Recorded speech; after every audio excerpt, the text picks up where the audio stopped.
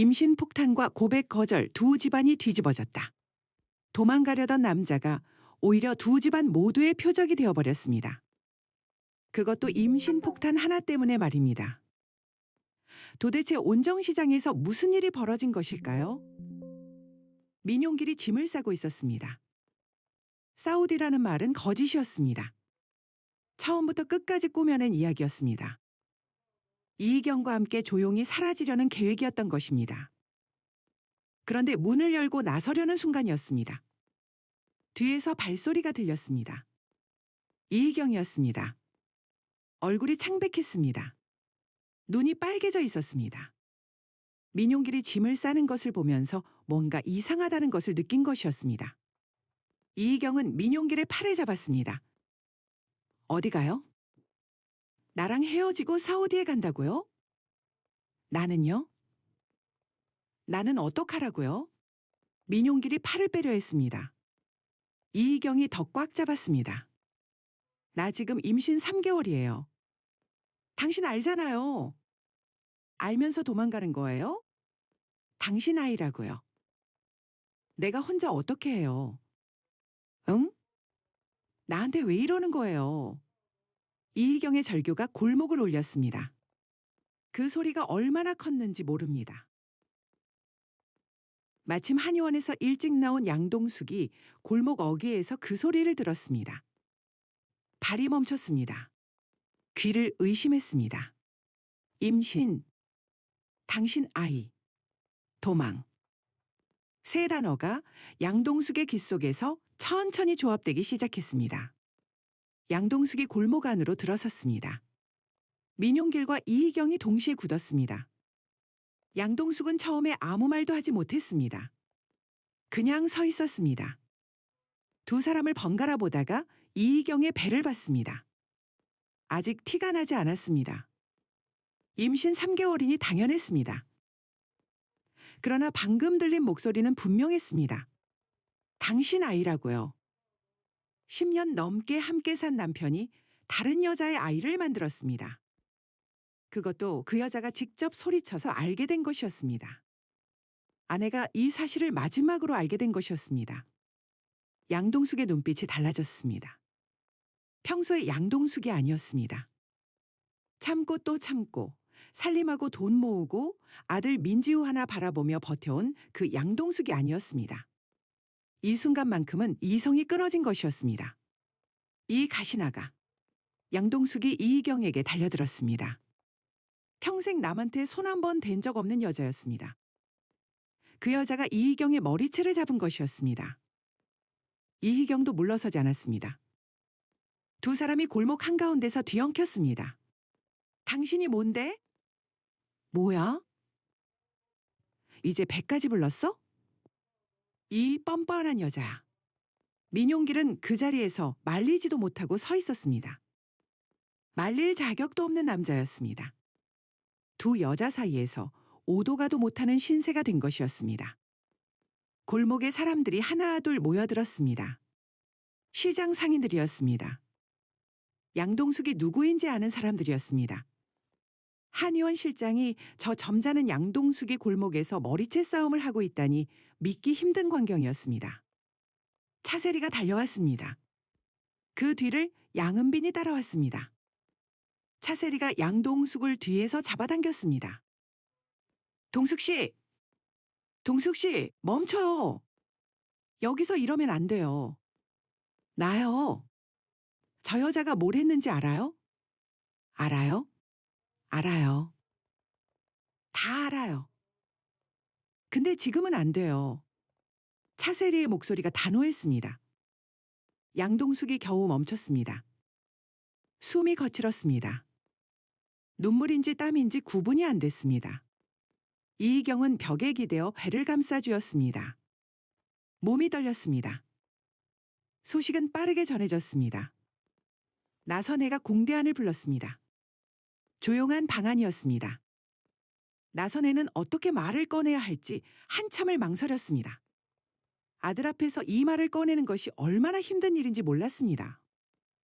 30년 전 남편이 가출하던 날 밤 자식들에게 아버지가 없어졌다는 말을 꺼낼 때만큼이나 힘들었습니다. 대하나. 왜요, 엄마? 나선혜가 공대한의 손을 잡았습니다. 그 손이 떨렸습니다. 희경이가 임신했다. 공대한이 굳었습니다. 그게 무슨... 민용길 아이야. 긴 침묵이 흘렀습니다. 공대한은 아무 말도 하지 않았습니다. 나선혜가 걱정스러운 눈으로 아들을 바라봤습니다. 소리라도 질렀으면 나았을 것입니다. 뭐라도 던지거나 울기라도 했으면 나았을 것입니다. 그런데 공대한은 그냥 앉아 있었습니다. 표정도 없었습니다. 눈물도 없었습니다. 그게 오히려 더 무서웠습니다. 나선혜가 아들의 손을 꼭 쥐며 말했습니다. 대한아, 엄마한테 기대. 괜찮아요. 괜찮은 게 아니잖아. 괜찮다고요, 엄마. 공대한이 일어났습니다. 방으로 들어가려다 문 앞에서 멈췄습니다. 뒷모습만 보였습니다. 어깨가 조금 흔들렸습니다. 민용길 그 사람은 어딨어요? 나선혜가 대답하지 못했습니다. 공대한이 조용히 문을 닫았습니다. 나선혜는 그 닫힌 문을 한참 바라봤습니다. 30년 전 남편이 가출하던 날 밤, 자식들 방문이 하나씩 닫히던 그 밤이 떠올랐습니다. 역사가 반복되는 것 같아 가슴이 무너졌습니다. 두 집안이 움직였습니다.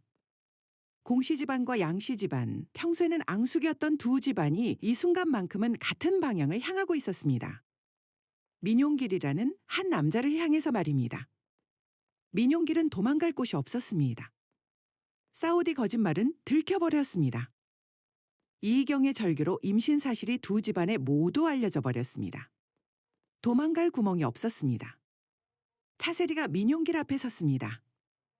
목소리는 낮고 차가웠습니다. 당신 지금 선택해야 해요. 법적으로 해결할 건지 아니면 조용히 마무리할 건지. 민용길이 눈을 피했습니다. 눈 봐요. 내가 지금 농담하는 것 같아요. 민용길이 차세리를 봤습니다. 그 눈빛에서 도망칠 수 없다는 것을 느꼈습니다. 어떻게 하면 돼요? 양동숙 씨 통장에 돈 다 돌려놓고 서류 원상복구하고 이희경 문제는 당신이 책임져요. 그게 전부예요.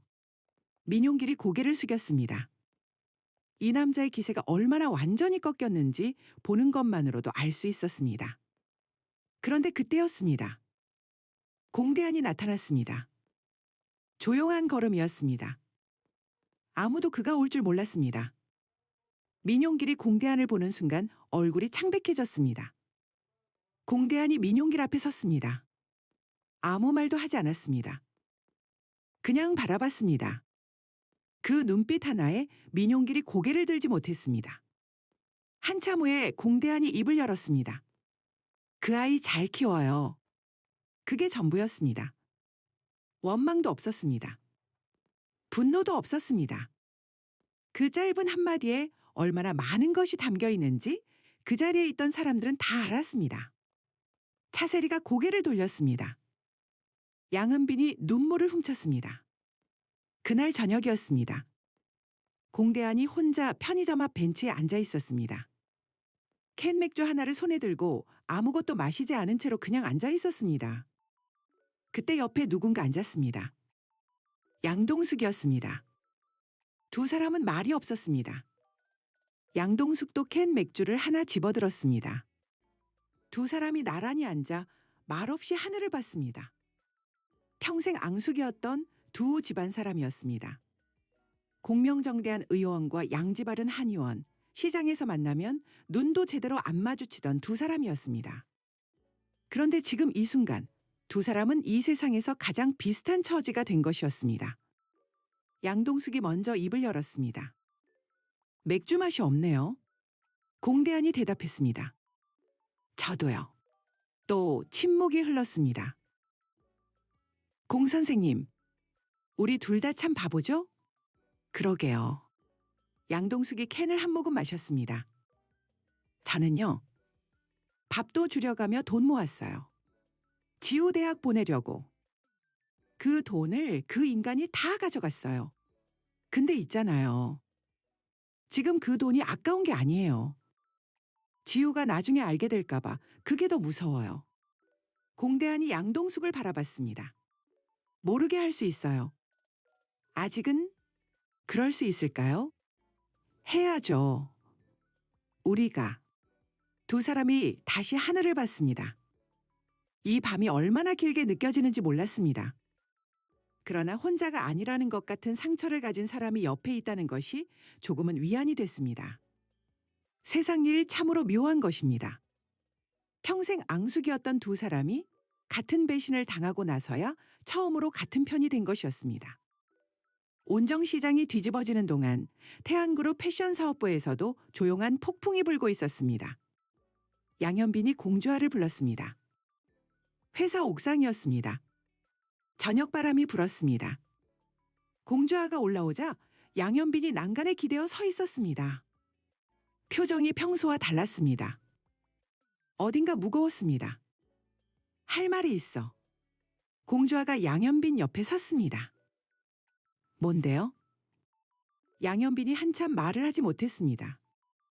어릴 때 놀이터에서 작별 인사를 하던 날이 떠올랐습니다. 그때도 이렇게 말이 안 나왔습니다. 하고 싶은 말은 많은데 어디서부터 시작해야 할지 몰랐습니다. 나 좋아해. 공주화가 굳었습니다. 알아. 근데 양현빈이 난간에서 몸을 일으켰습니다. 없었던 걸로 하자.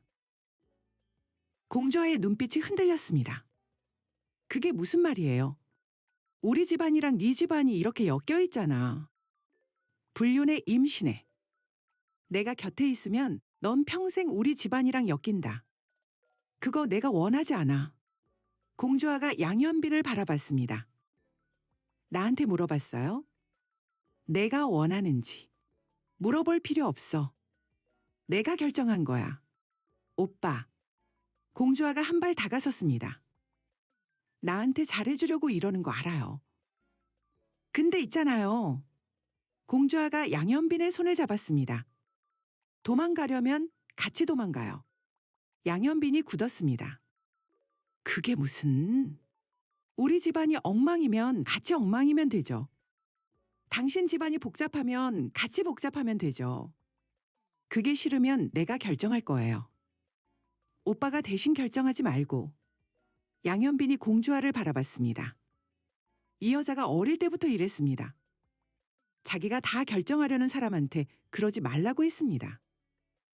그리고 늘 옳았습니다. 나 이런 상황에서 사귀자고 하는 게 맞는 건지 모르겠어. 그럼 사귀자고 하지 말고. 그럼 뭐라고 해? 공주화가 웃었습니다. 그냥 손이나 잡아요. 양현빈이 한참 공주화를 바라봤습니다. 그러다가 천천히 공주화의 손을 꼭 쥐었습니다. 아무 말도 하지 않았습니다. 그래도 됐습니다. 말이 필요 없었습니다. 옥상 위로 저녁바람이 불었습니다. 두 집안이 뒤집어진 그 혼란 속에서 두 사람은 처음으로 나란히 같은 방향을 바라봤습니다. 한편 이희경은 혼자 남겨졌습니다. 민용길이 모든 것을 정리하겠다고 했습니다. 그러나 이희경은 그 말을 믿지 않았습니다. 이희경은 배를 감싸주며 거울을 봤습니다. 지금 이 상황에서 이 아이를 어떻게 해야 하는지 알 수 없었습니다. 민용길을 믿을 수 없었습니다. 그렇다고 혼자 키울 자신도 없었습니다. 공대한한테는 얼굴을 들 수 없었습니다. 평생 속죄해도 모자랄 것 같았습니다. 그런데 문 밖에서 발소리가 들렸습니다. 한성미였습니다. 이희경이 놀라서 문을 열었습니다. 한성미가 이희경을 보며 한숨을 내쉬었습니다. 들어가도 돼요? 이희경이 말없이 문을 열어줬습니다. 한성미가 들어와 이희경 맞은편에 앉았습니다. 정신건강의학과 전문의답게 감정을 앞세우지 않았습니다. 아이 낳을 거예요? 이희경이 고개를 들었습니다. 대답하기 싫으면 안 해도 돼요. 근데 이것만 알아요. 그 아이는 아무 잘못이 없어요. 이희경의 눈에서 눈물이 흘렀습니다. 어떻게 해야 할지 모르겠어요. 지금 당장 몰라도 돼요.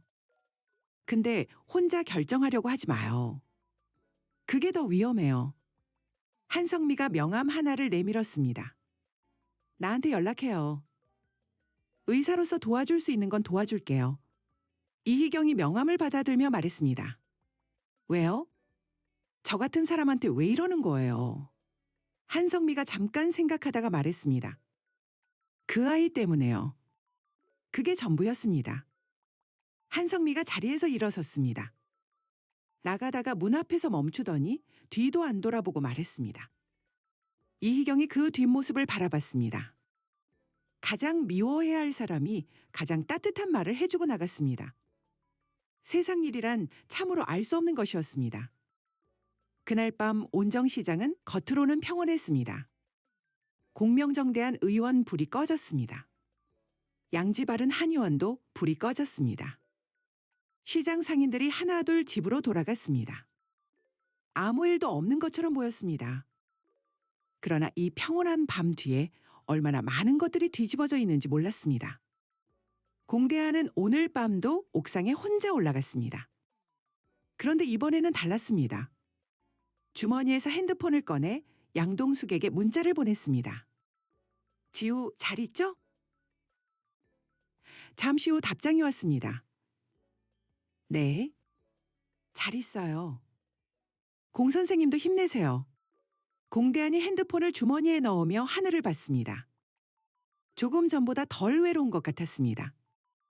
옥상 건너편 태양그룹 빌딩 방향으로 불빛 하나가 보였습니다. 공주아가 야근을 하고 있었습니다.